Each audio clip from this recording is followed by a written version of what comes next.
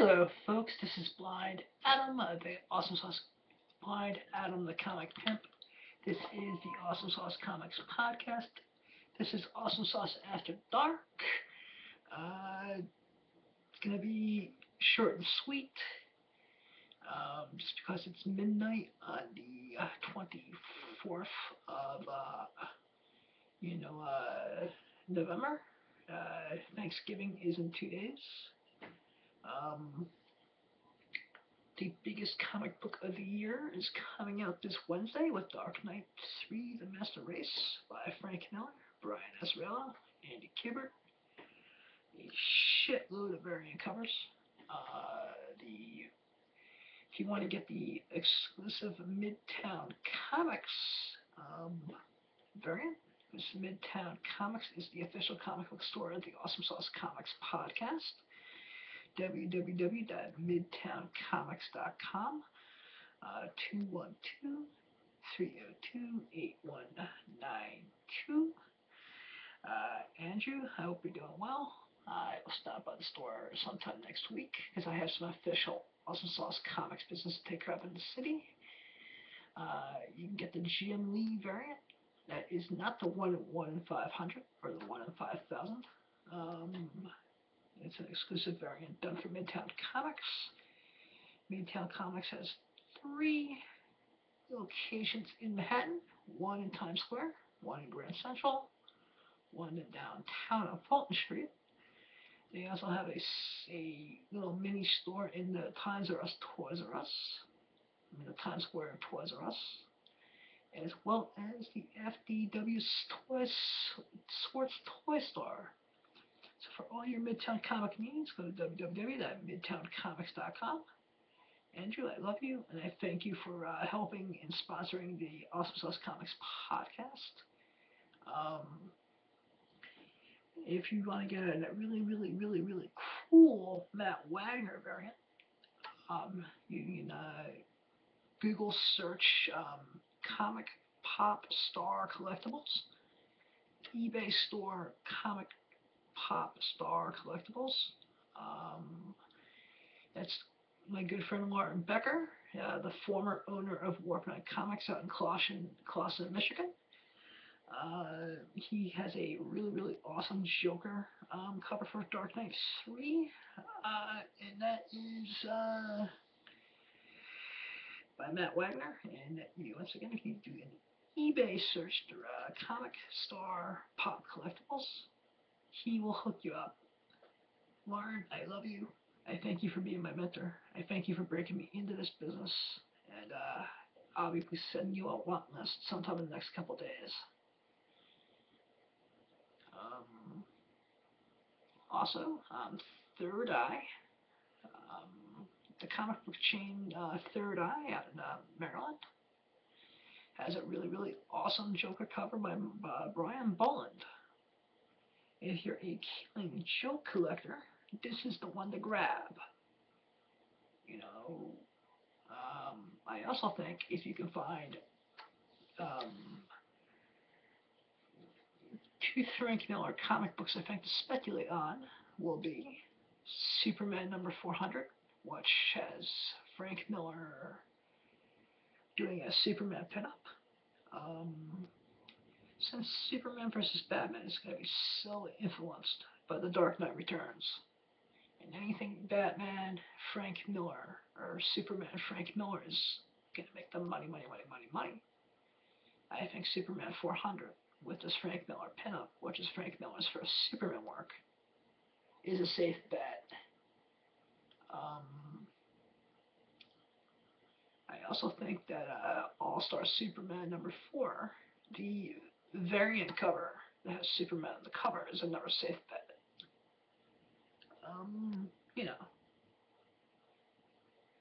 But it's just the way to go.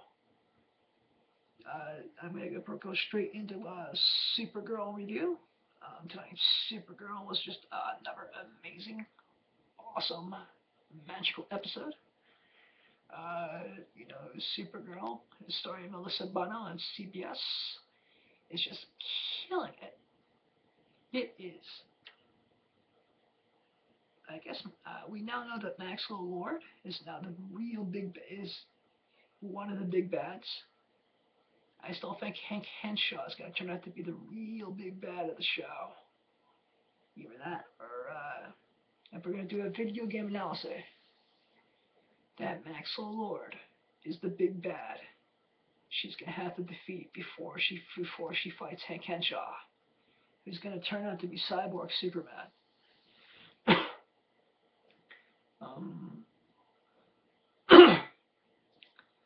I'm really digging Felissa Flockhart as Cat Grant.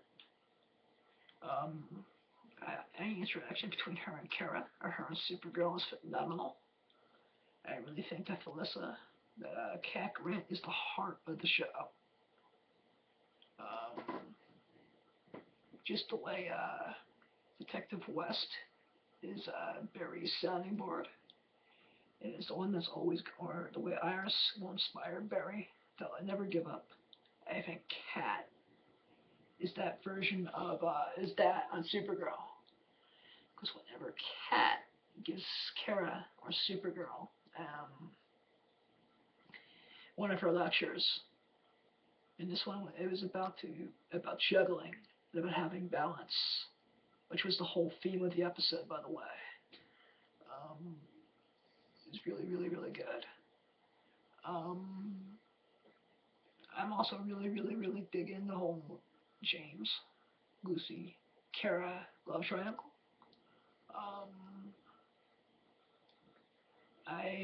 Like I said, I missed the first 5 or 10 minutes of it because I was eating dinner.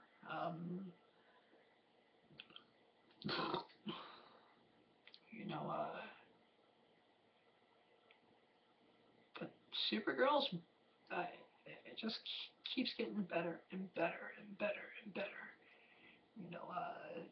Win, I still say, Win is going to wind up being the Toyman.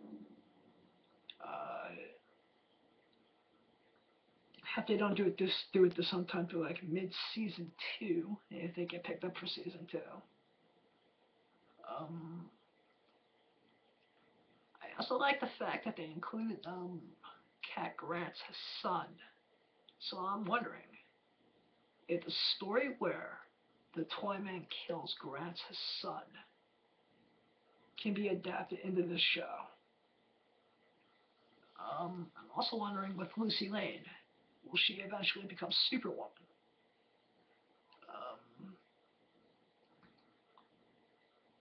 I'm also wondering, will we get any other Daily Planet staff members making a cameo? Whether it be Perry Wright, Lois Lane,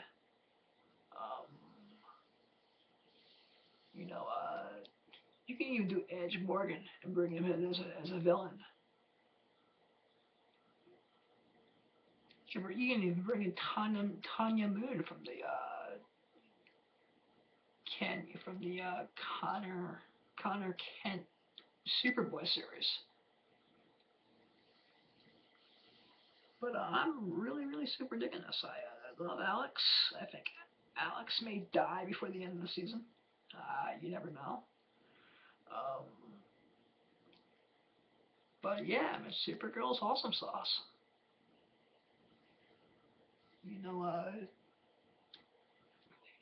To keep on bringing in like really cool Superman villains to use, like Reacton and Live Wire.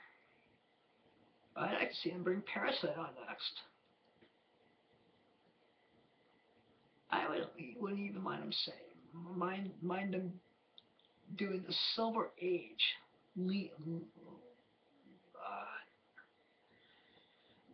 Lex Luthor's sister.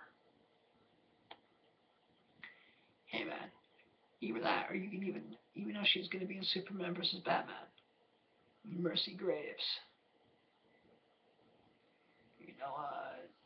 I also think 3 or 4 comic books to speculate on, if you're, into Supergirl, one of the things would be, everyone knows about Justice League of America #1, the first Maxwell Lord right now.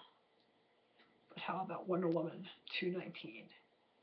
The issue where Wonder Woman snaps Maxwell Lord's neck. That would be a cool book. Uh, you know, Adventures of Superman 424 is the first cat grant. You know,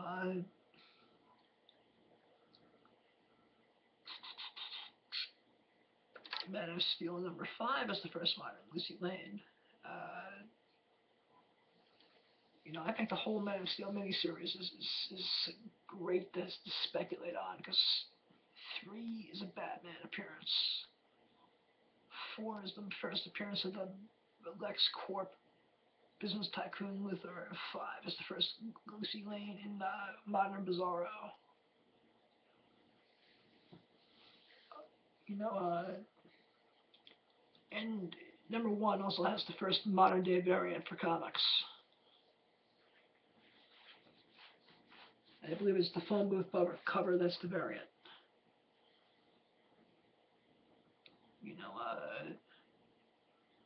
The Daring Adventures of Supergirl number 3 is the first Reacton.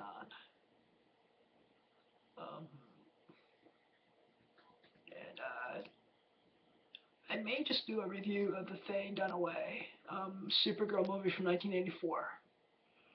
Don't know why, but watching the Supergirl TV show, not only makes me want to watch Supergirl, this ain't Supergirl XXX, done by Axel Braun.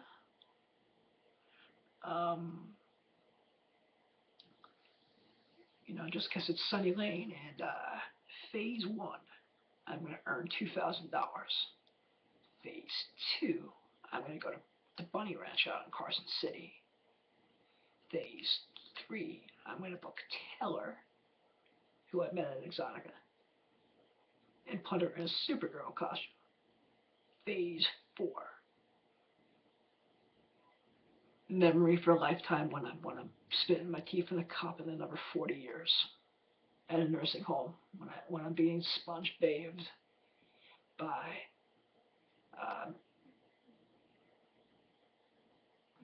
a nurse 40 years my junior.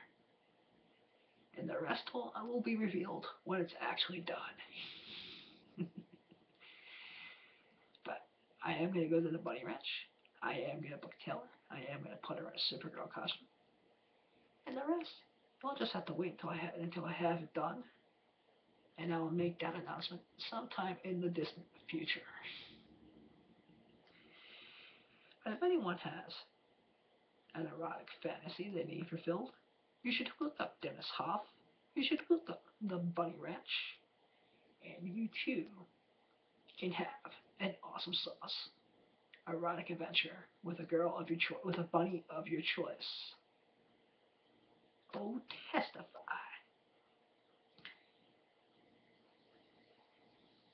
You know, I just want to say that I saw the Family Guy Thanksgiving episode where he fights his sister Karen, and it was the best episode of the season. You know, I think stop recording. I think Family Guy has been kind of weak this season, and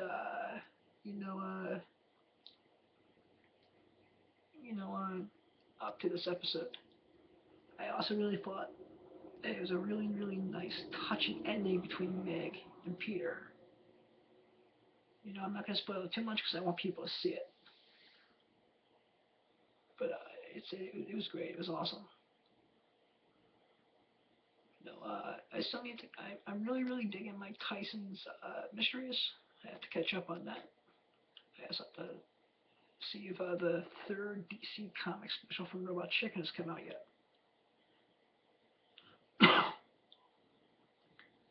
I also want to say that I will just say I thank you all for being a loving, amazing, awesome sauce family. I will do a regular episode where I'm my usual crazy, noisy, insane self tomorrow. You know, I cannot believe that Thanksgiving's coming up. And the 3 things that I'm thankful for before I get off the air is 1, being able to do this podcast and being able to buy and sell collectibles at conventions and online. And I have some great things coming up in the future, both on the production side of things as well as retail. I'm thankful for my family, my parents who are sleeping across the hall, my brother Matthew who is not playing video games, a great family. I got great friends like Jessica and Rhea, Gary Platt, Oliver, and everyone in the comic book industry. For every pimp and hoe across America who brings joy to the joyless and hope to the hopeless. Got a roof over my head, clothes, food, plenty of comics to read, some awesome TV like The Flash and Arrow and Supergirl, and Jessica Jones. Wow!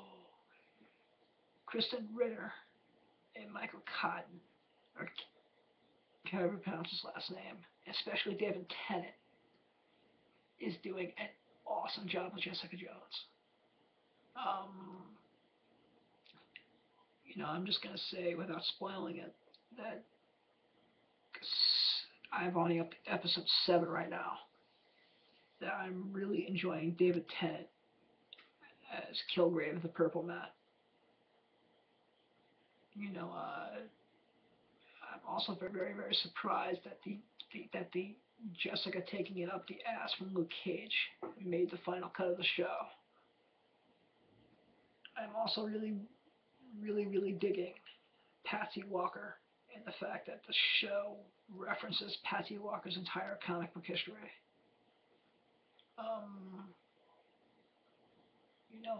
Plenty of action. I love the scene where she saves the little girl dressed up as a hot dog.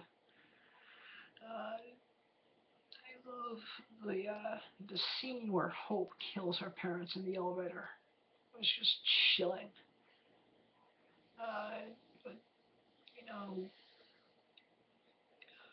this is just making me more and more excited for Cage, from when Luke Cage comes out, and also for what they're going to do with Iron Fist. In the comic books, Hogford is Danny Rand's Iron Fist player. First appearance, Iron Fist number 6. For anyone who wants to spec on that.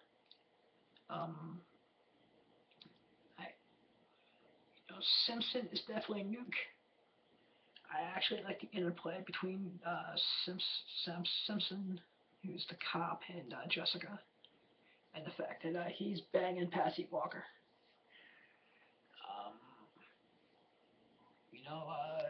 If anyone wants to get the second and third appearances of the Purple Man, they are Daredevils number 88 and 89. Daredevil number 4 is a great book to spec on, but maybe at certain people's price range. I also like the last episode I saw with the fight, where called 99 Friends, and the rich wife, the jewelry designer, is blaming Jessica for the attack in Avengers number 1, and she's like, "Go get the flag waver." And she's like, "I'm gonna call all my friends and let them know if you're not out of this fucking city." But Netflix is where it's at for Marvel. I mean, it looks like DC owns network television like CBS and the CW, and Marvel owns Netflix. Maybe over Thanksgiving holiday, I will, check out Agents of S.H.I.E.L.D., but I pretty much, due to time, have given up on it for right now. Which is a shame, because I love Gregory Clark as Agent Coulson. But there's only so many hours in a day. And there's scripts to write, comics to read, podcasts to put out, all that good stuff. Plus you gotta sleep and eat. But I'm loving Jessica Jones. I'm loving it so much I think I'm gonna rewatch Daredevil.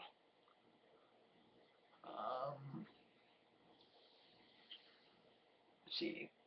A couple comics to speculate if you're a big Jessica Jones fan is, of course, Alias 1 through 28. 24 for 28 are all the Purple Man appearances.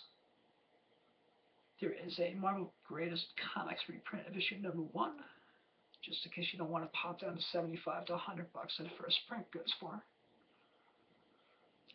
Luke Cage number 1, first Cage. You can find the Marvel Legends reprint, which is like a $20 book if you don't want to pay the $100 plus for the first print. I already mentioned Iron Fist 6. The first modern day Luke Cage is Punisher number 59, 60, and 61. Yes, that is the infamous where the Punisher turns himself black issues, which led into the 1990s Cage series, which lasted 20 issues.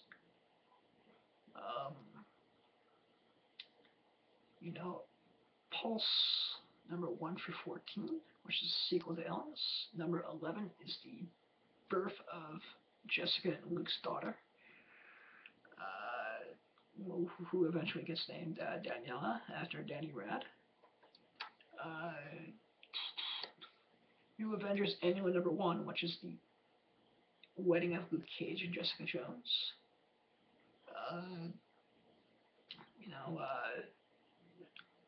Even though I don't think they referenced it, or they will, Daredevil the Marvel Knights series number 36 is where Jessica Jones and Luke Cage become bodyguards for Matt Murdock. I see that as Amazing Spider-Man 601 is when they referenced in the comics that she was in the same high school as Peter Parker.